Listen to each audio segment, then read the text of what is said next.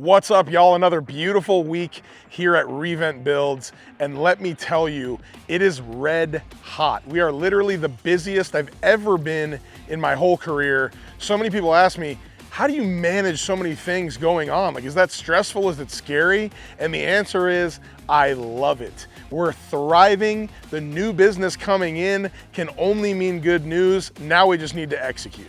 All right, our Lake Travis estate project. These are some very high profile clients. They have a home in Aspen, they have a home in New York. They're looking at their primary residence in Austin. This is almost a 2-acre estate with one of the best views in all of Lake Travis. Just on a basis of referral and reputation, when you work for these high profile people, you do a good job for them, that opens the door to endless possibilities. So we need to execute on this really like any other project. This house is freaking huge. I mean, it's basically a mansion, and then we have another regular sized house that we're completely gutting. So there's the timeline of the casita. That is a little bit on the back burner because the main focus is the main house. We need to get these clients in there by October. They have guests coming for Formula One. They've shown us how important this is. This is tough for a variety of reasons. It's largely cosmetic, which is great, but we still have tons of different selections that need to be ordered. We have new cabinets that need to be made. And then if you think about just putting the makeup on, I'm talking about paint, fixtures, and finish out, you're doing that over a mansion. It's just gonna take a lot longer. So I feel really good about where we're at now, but it always goes fast in the very beginning. Then we're gonna be getting into our rough phase. So getting in our HVAC, our plumbing, our electric, things are gonna slow down, and we need to move through this swiftly if we're gonna finish this by October, so the pressure's on. Kitchen fit for a Viking. Very interesting name, but some more details to come on that later. We have a super high profile client, and this is a super high profile kitchen.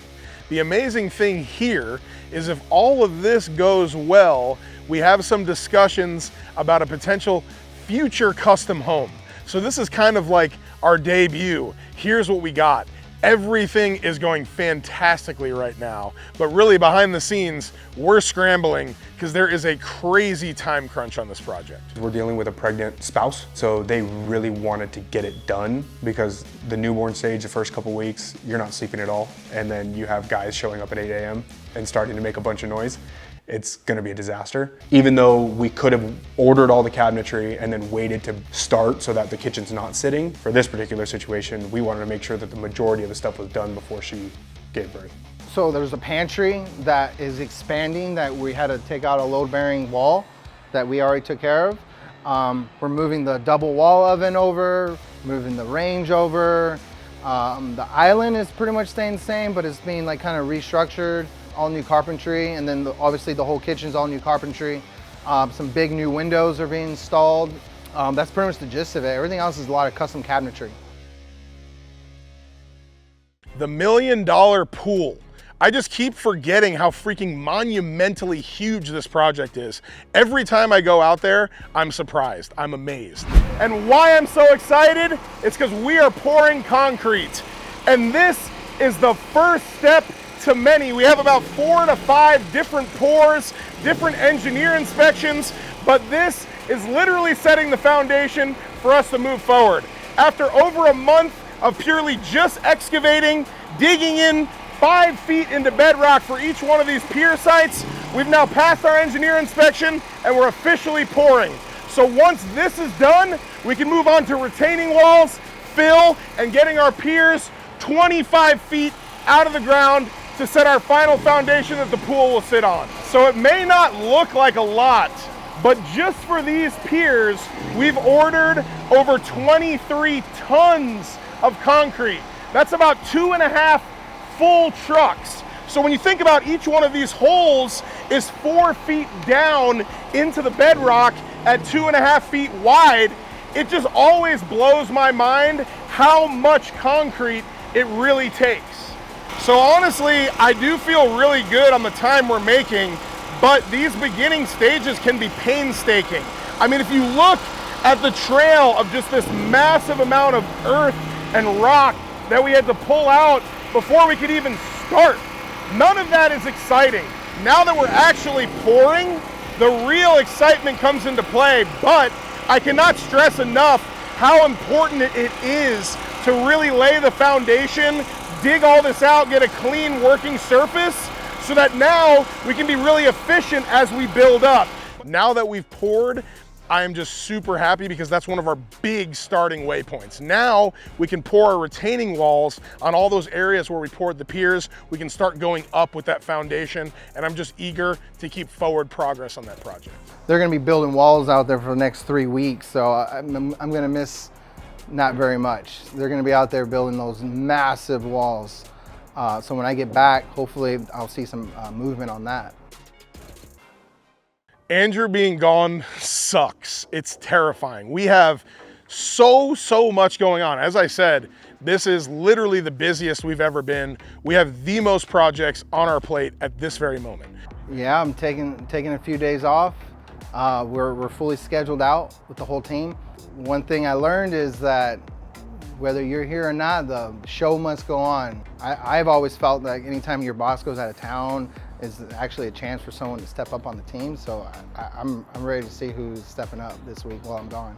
What's up, John? Dude, you're f***ing leaving me for a week. What am I gonna do? Dude, I just said on camera, man, this is a chance for someone to step up. Yeah, This is the opportunity. You better watch your ass. Joseph might step up super high and you might come back to nothing. There's an opportunity out there for somebody. I leave tomorrow afternoon. All right, are you gonna be at 10 a.m.? Oh, no. Why not? I have a thing. Oh, yeah? Yeah, I put this request in for vacation, and so. No, your vacation doesn't start till you get on that plane. Nah, dude, I'm gonna be toast. Y'all are gonna be okay, man. We have warranty calls from past jobs that we're working through. We have new clients that we're working with, and they have questions specific to projects that Andrew has his nose very deep in. He did really good, and he always does, at getting his ducks in a row before he leaves. But now I have to monitor all these different changes throughout the week. I have like 5 other projects that I need to get bid and I need to get out. And all these people are breathing down my neck. Where's our bid? We want to get started, which is great. But it's like, damn, it just shows me how important Andrew really is to our team and the work that he really does, which is great. Because if he leaves and I'm like, everything's kind of fine, it's like, well, then why do I have him? It should kind of hurt when a key member is gone. And then get this, I'm getting calls every day about new appointments. I think I have 3 or 4 completely new appointments on clients I haven't even met yet. Revent HQ. God, those freaking reclaimed floors went in and they are just glorious. I mean, the price tag was huge on them. It was about $13 a foot just for the material, right? So it kind of hurt the bank, but the impact of these floors has changed everything. When we have all of our exposed trusses and that insulation in the kind of unfinished space, it just looked unfinished. But now with this old flooring down, it gives it this loft feel that we were going for. And I'm just so happy with how those are marrying. You know, it's a really old building, so it had some serious subfloor inconsistencies. So we battled that throughout the whole thing. So much leveling in regards to self-leveler, subfloor reinforcement, sistering joists. I think we got really lucky with the style of flooring that we selected, that reclaimed hardwood. It had different thicknesses, it has different colors, so it really hides any inconsistency in the subfloor. I think we'll struggle with the levelness of the building the whole time. You know, no building is ever absolutely perfect. There's always a little bit of give, especially with the tile, but I mean, at this point, I think it'll go pretty smooth. Finishing the floors was a huge win. We're gonna continue on like the finished paint and doing some drywall punch out while we wait for cabinets to arrive next week. During that time period, we just had tile also delivered today. So I was really pumped about that. They're gonna start prepping tomorrow. All those pony walls in the whole building, in front of all the offices, they're gonna get tiled and started this week. So it's really good to see materials arrive and those trades lined up before I take off. House of 1,000 Curves, we just passed a major milestone. We just passed what's called our group inspection. This is HVAC, plumbing, electric, and framing, also structural steel. We passed all of our city inspections, so that means we have a clear to cover and we can insulate. There's been tons of changes along this project. It's a custom project, that's part of it. But right before we're about to cover up, there's tons of electric and plumbing changes. We're moving things, we're adding things, and I need to get this done so that we can cover up. Once we hit drywall, we hit a 75% payment waypoint, and that is very, very important because we always want to stay ahead of the funding on these projects.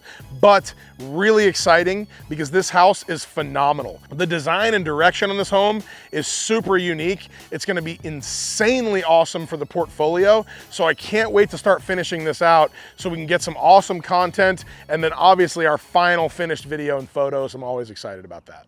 But here's the dilemma I'm in. Construction can be feast or famine. You get all of this work at one time and it's just shit is exploding. You're like, oh my God, we need to hire new people. We need to bring people on. And then there's always times when that famine comes. And honestly, we just came out of a pretty big famine for about the past 18 months. Interest rates have been horrible. People have been very reluctant to do anything that requires borrowing money. So construction loans, buying houses, things have been a lot more slow. The team that we have is like a SWAT team. And I know that we can handle much, much more than we're even currently doing. What we need to do is just get really smart on our management. We have really great management software. We have really great systems in place. We have amazing subcontractors scattered everywhere. We need to leverage our people. Now is not the time to panic and grow this company and take on more people. People like Joseph that we're bringing in and working alongside of are vital resources to us. We're kicking ass, we're gonna keep it going, and we're just gonna be busting at the seams before I make a new hire. All right, guys, this was episode 2. I am really loving this new format with all these different projects going on. This is how we're gonna be probably for at least the next year or 18 months. And as we take on more projects, we're just gonna add it to the queue. You guys need to be along for the ride. Share the videos, comment. I love interacting with y'all. Thank you so much. We'll see you next week.